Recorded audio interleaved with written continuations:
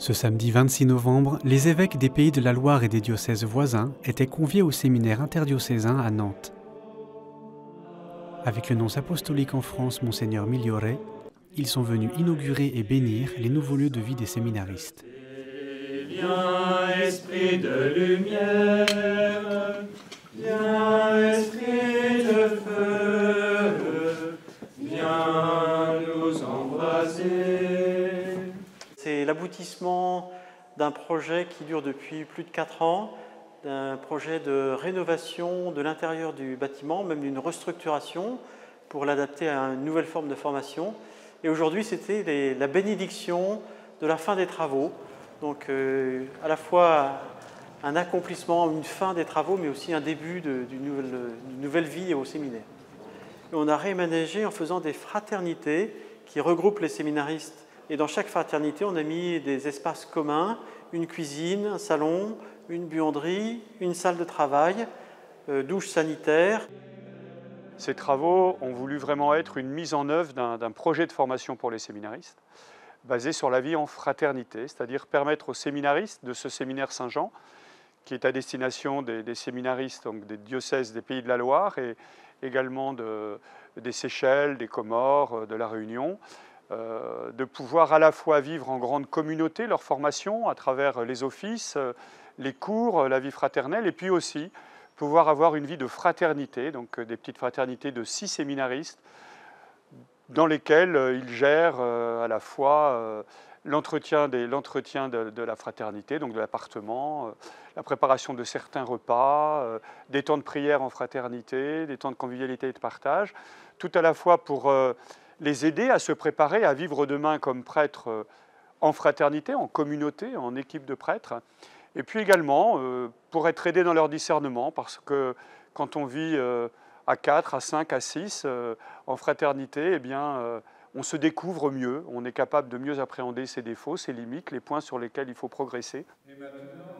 2 ans de travaux ont été nécessaires pour mettre en place cette nouvelle organisation. Donc je suis arrivé dans un séminaire qui déjà roulait bien, mais avec une formation quand même différente où en fait les bâtiments et la configuration des bâtiments fait que chaque séminariste est plus de son côté. On a les cours ensemble, on prie ensemble, on a des moments fraternels ensemble, mais le fait d'être chacun à côté des autres, les uns à côté des autres, et pas les uns avec les autres. Et là, de fait, aujourd'hui, avec ces nouveaux bâtiments, et bah, tout de suite, on se sent plus fait partie d'une famille, en tout cas d'une communauté qui vit les uns pour les autres. Moi, ce que j'apprécie dans la vie en fraternité ici, c'est que ça nous permet de mieux nous connaître. Il y a le côté vie de famille.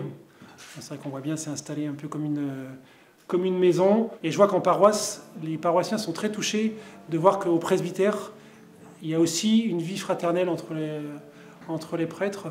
Donc voilà, c'est de nous apprendre dès le séminaire à vivre ce qu'on sera amené à connaître en paroisse. C'est vrai que la parole de Jésus, voyez comme il s'aime, il faut aussi que ça se vive entre les ministres ordonnés. On a une vie normale d'une certaine manière. On fait des courses, on cuisine pour les autres. C'est une manière aussi de dire qu'on aime nos frères et sœurs, enfin nos frères, et puis on en prend soin. Et du coup, on est quand même, on n'est pas déconnecté de la réalité de la vie de nos paroissiens d'une certaine manière. Cette volonté d'encourager à la vie fraternelle s'inscrit dans un mouvement de réforme de la formation des séminaristes. Le père Denis Bourget a d'ailleurs profité de l'événement pour présenter ces changements aux visiteurs. Donc un bâtiment rénové pour une formation renouvelée. Donc une rénovation des bâtiments du séminaire pensé pour favoriser une vie fraternelle. Donc la formation au séminaire, elle est régie par une règle qui nous est donnée par la conférence épiscopale, qui a été votée il n'y a pas très longtemps, dans laquelle on insiste sur 4 nouvelles caractéristiques de la formation, et notamment dans ces 4 caractéristiques, il y a la dimension communautaire. Pourquoi cette dimension communautaire? Parce que c'est le lieu le plus propice à une formation humaine. C'est là où on se confronte à la réalité du frère qui est différent, c'est là où on apprend à se connaître, c'est là où on apprend à réguler les tensions. Donc il faut que cette vie communautaire puisse se faire et que cette vie communautaire, ce ne soit pas seulement des rencontres d'affinité, mais que ce soit des fraternités constituées de gens qu'on n'a pas choisis. Quand ils arrivent en début d'année, c'est les pères du conseil du séminaire qui ont constitué les fraternités sans qu'ils soient consultés. Donc ils découvrent avec qui ils vont passer l'année, ils ne les ont pas choisis, et ce sera pareil en paroisse, ils ne vont pas choisir leurs paroissiens. Il reste désormais aux séminaristes à s'approprier les lieux et à vivre au quotidien cet impératif de fraternité tout au long de leur préparation au sacerdoce.